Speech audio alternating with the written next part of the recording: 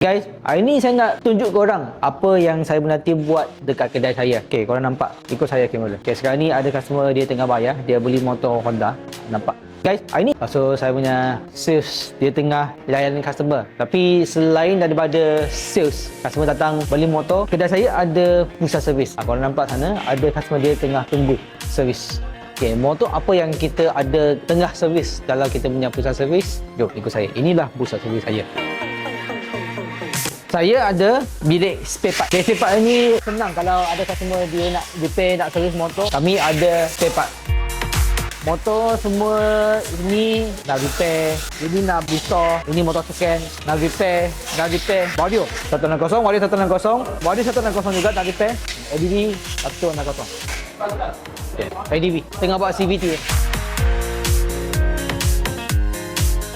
Buat CVT lah. Okay, jadi korang nampak lah, ini kami tengah buat kerja ADV 160 servis CVT. Ramai orang tanya, bos apa motor dekat mana? Motor saya ADV.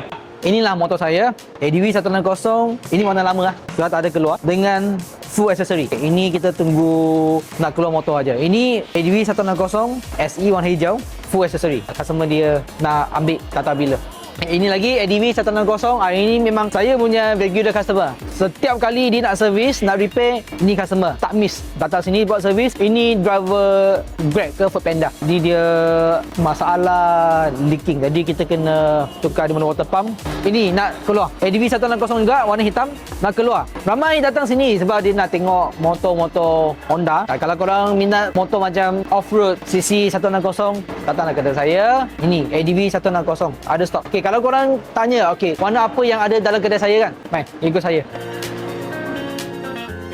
ADV full accessory, ini warna hitam. Ini standard lah, standard. ADV 160 warna grey, ini SE, ini tak ada accessory. Beza ini dengan ini SE, ini standard, tapi yang standard ini ada full set accessory.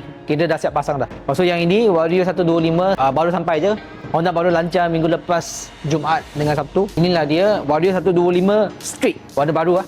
Model baru. Vario 125.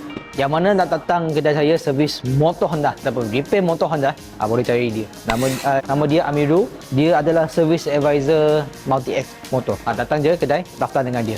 Dalam area Kuantan memang sangat banyak kedai motor yang jual motor. Tapi kenapa Multi X motor?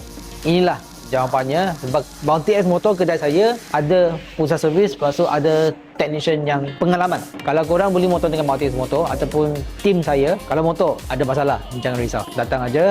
Saya punya technician ataupun saya punya tim servis akan bantu korang sampailah motor tak ada masalah. Ini saya pernah janji, kami akan bertanggungjawab sepenuhnya kalau korang beli motor dengan Multi X motor. Ini sangat-sangat penting sebab bukan semua kedai motor dekat Kuantan ada pusat servis. Itu cuma see you guys.